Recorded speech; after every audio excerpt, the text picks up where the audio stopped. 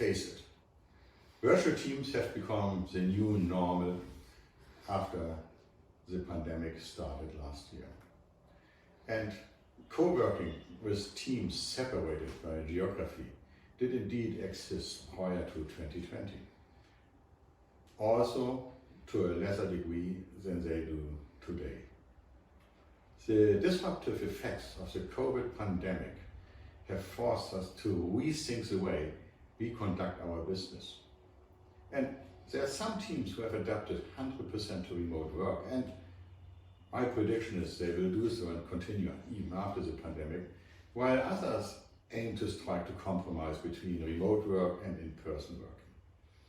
And at the same time, we also have some teams that are struggling to adapt to the work from home structure due to several reasons. And some people just find it difficult to work from home because of their own personality structure. However, there is a new way of working, and this new way of working will continue after the pandemic. So we, as team leaders, have to get familiar with this new way of working. And whether we are successful or not depends on our ability to understand what's going on in the team, and also on our ability to compensate the missing face-to-face interactions where you feel the people, where you feel the atmosphere in the room, through a distinct set of processes. And then each team can have superior performance than working virtually. Hello, I'm Dr. Ralf Friedrich, and I have developed VTMM, the Virtual Team Maturity Model. And it's a maturity model which is designed to improve the performance of virtual work teams. And the maturity model gives you a reference set of processes against which you can benchmark yourself as a team leader. Hence you will identify your strengths and you will identify your areas of improvement. And it all started a very, very long time ago. It started back in 2007. So basically 13 years before the pandemic started. And I did my PhD studies, and I said, okay, the future will be virtual teamwork. So what do the virtual team leaders need to know in order to lead their team successfully? And I had, at this time we had very, very poor infrastructures in order to work virtually. So a lot of things were done by telephone conferencing, innovative companies use Skype, and lots of communication was done by email. And I was getting exposed to Second Life, which is a virtual world, and it still exists today. And I think, okay, perhaps if people can work in this virtual world, there will be improvement. So I used a set of students, and I created a simulator. I created a project management simulator on Second Life, and I said, okay, at this time I thought it depends heavily on how the team leader is empowered by the team in order to make the team successful. At this time I created a concept which I've called elective leadership. So instead of that the leaders are being nominated by management, the team could elect the leader and re-elect the leader. So I had a group of teams doing this elective leadership part, and I had a control group where they did nothing. And it has been proven that elective leadership is a very valid concept. However, this would make this whole thing very much people-focused. And I thought, okay, if it only depends on the individual, this really limits the spread of good virtual team leadership. So what I did then, I did further research, and I said, okay, let's look at the team processes. And co-located team processes have been very, very well examined, researched. There are good reference papers out. So I took this knowledge we had on co-located teams, and I transferred this into the virtual environment. And by doing this, I identified 11 processes. And next to the 11 processes, I also identified 3 maturity levels. The 11 processes are knowing and understand your colleagues and teammates. So it's very important that you have a certain ritual, how you onboard new members. It's very important that you know more than just the name and the email address of the other team member. So there are a certain set of interactions you can do as a team leader in order to implement this process, and you can measure the effectiveness of it. Then you have rules of collaboration.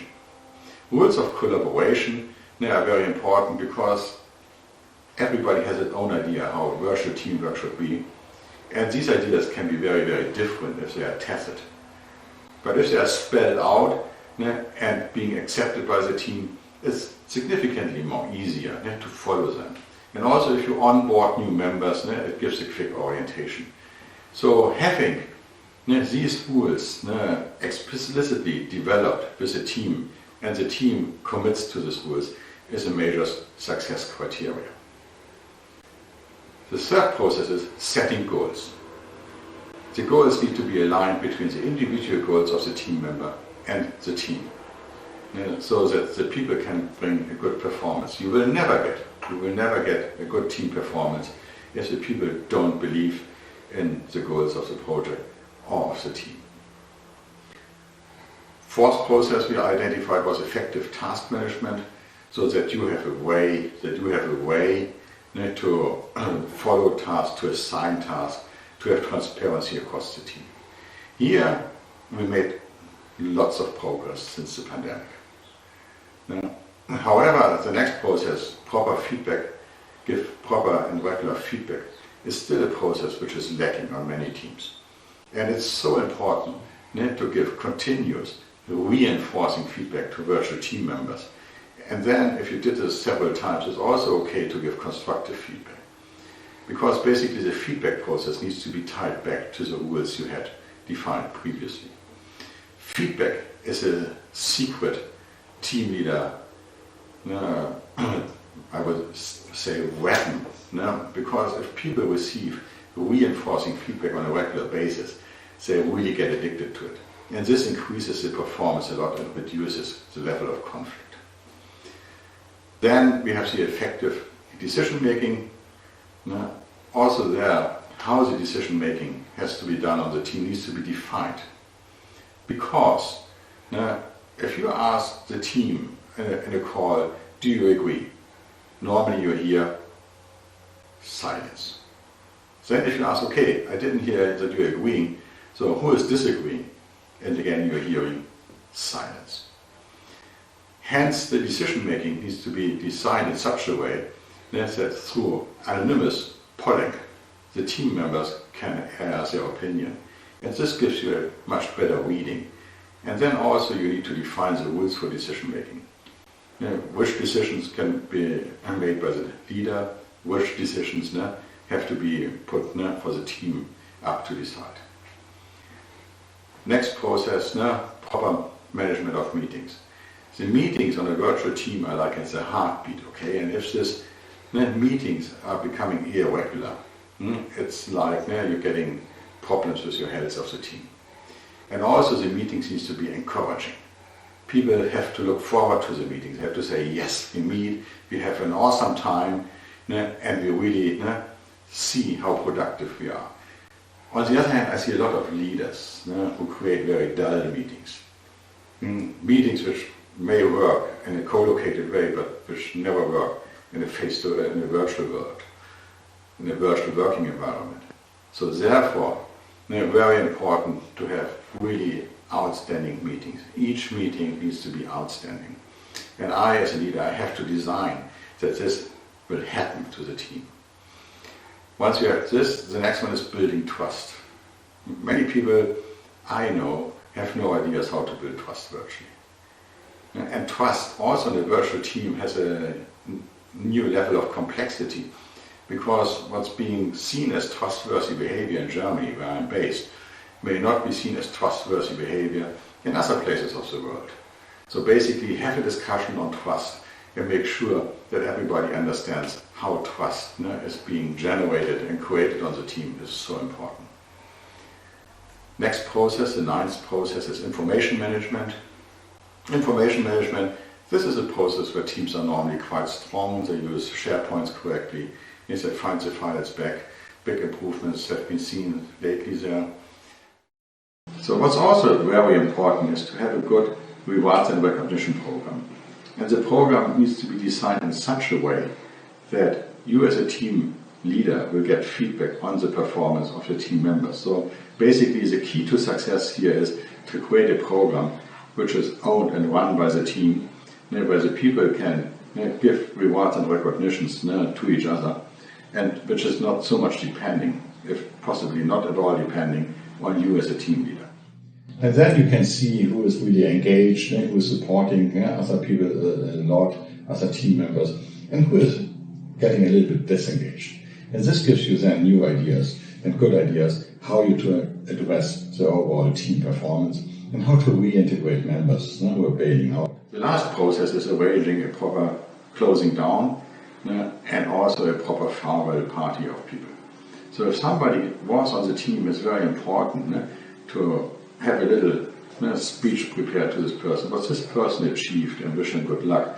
Because if you do this on a regular basis, it will have a very positive effect on all the other team members. This is very important because it shows to all the team members that their contributions are valued by you as a team leader. So VTMM is designed in such a way that you have basically 4 basic levels. You have a level at level 0, where you have no formal processes in place. However, due to the personality of the team leader, you can have a very successful virtual team. But this is then based on the charisma of the person and not on the processes behind. And then you have the level 3, which is really the perfect world. And let's face it, not all teams have to develop to level 3. It's for some teams enough to be on level 1 to do a good job. And that's what you always have to keep in mind when you think about maturity. Maturity means that you can have enough continuity in the process, even when people are switching, leaving, new ones coming in. So that's all about VTMM. You have 11 processes, and you have 4 maturity levels, and it gives you a good benchmark of your own team's performance against a proven and academically validated and recognized maturity model. Because VTMM was received the prize of the dissertation with most impact in 2017, which means 3 years ahead of the pandemic, in project management, given by the GPM, German Association of Project Management. In the next videos, I will explain the processes more in detail, and I'm looking forward to meeting you again. Thanks for engaging into virtual team performance improvement.